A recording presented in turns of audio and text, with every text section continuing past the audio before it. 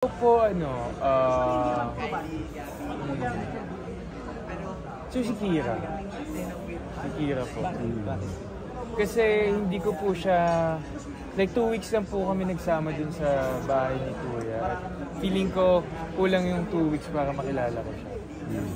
Siguro pwede din ako tumerdule sa Dusty. Mga ganun. Big Bird, pwede din. Ganun. Sa mga love team doon. Pero yun lang naman for me. Ito ang ginawa mo paglabas ka nito? Una kong ginawa, syempre kumain ako. Chicken inasal. Yun kagad yung kinain ko kasi nakakamiss yung kumagat ka ng ng makapal-kapal na laman. Ikaw daw yung kumakain ng chicken.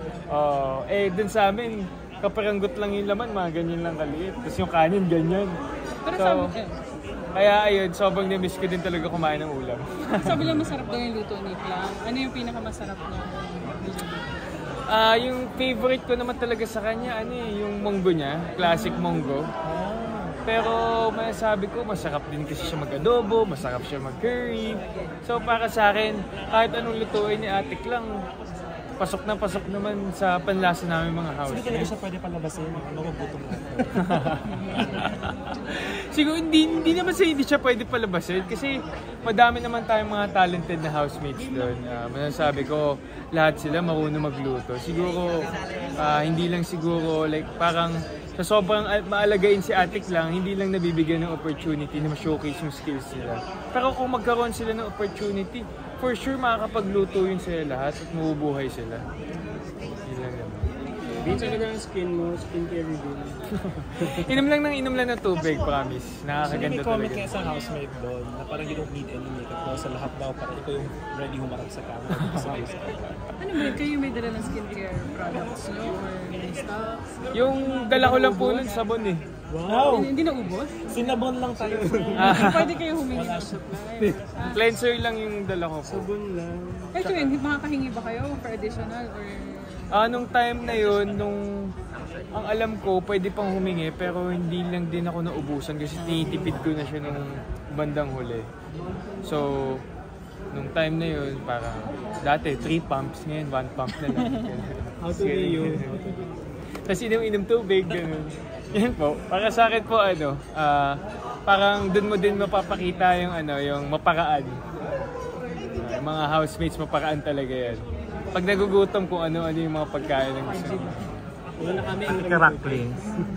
Thank you po. Thank you po. Photo pa. Thank you. Vince here, dito din. Vince dito din.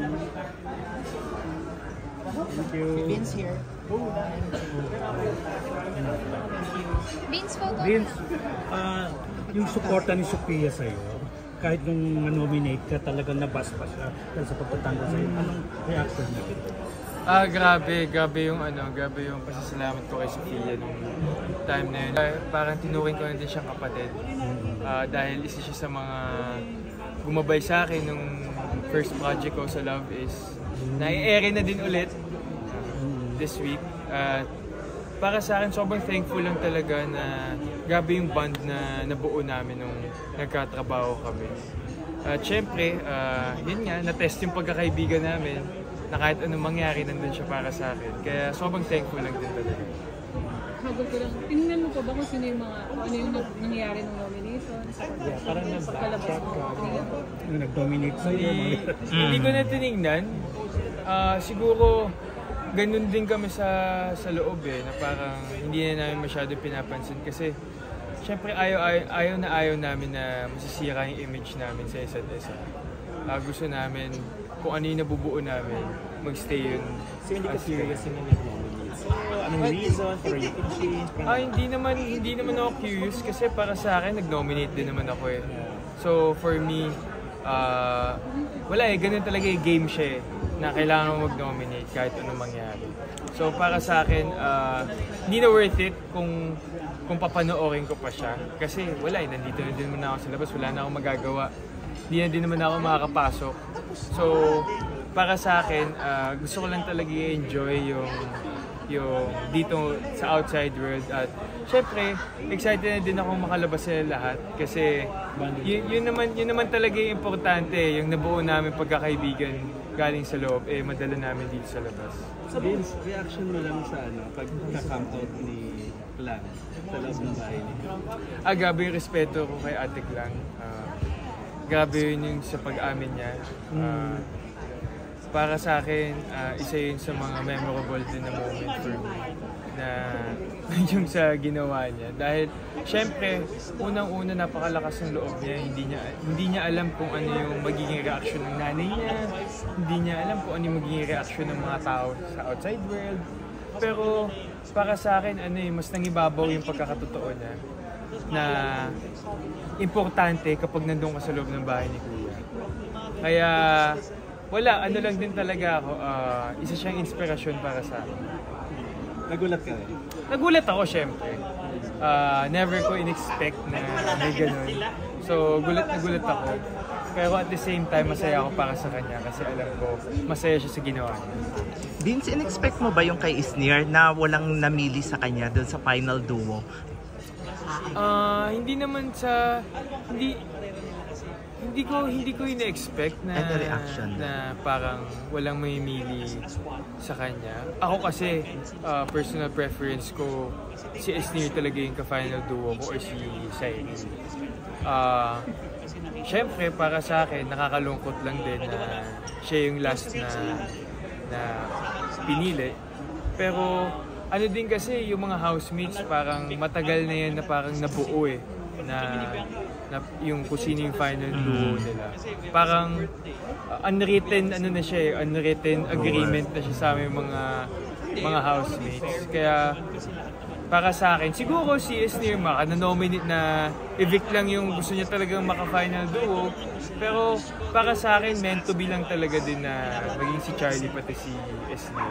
Kung ikaw papipiliin, sino ang papipiliin mong final duo mo? Ay, sa pipiliin ko si Isnir talaga or si Sairi.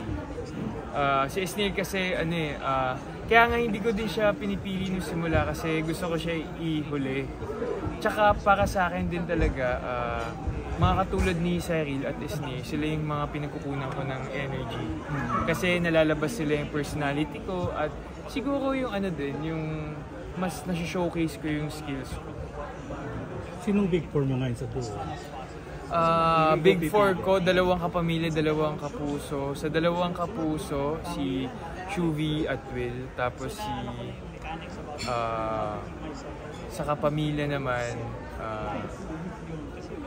si River, tsaka si Isnir. Pero nag-iba na yung may final duos na kasi, kaya hindi ko na alam kung sino yung yung... Bakit sila yung pinili mo? Like, sila yung pakita talaga ng pagpapakototoo? Siguro para sa akin, hindi naman sila yung pinaka nagpapakita ng pagkakatotoo. Para sa akin lang talaga, personal preference ko lang talaga. Parang, feeling ko bias ko. Parang kunwari, kung sa perspective ng fan, yun yung bias ko sa housemates.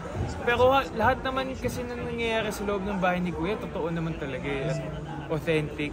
At walang planado dun, walang scripted dun. Parang, ang pinaka lang din talaga dun is paano natatranslate sa labas. Okay, thank you.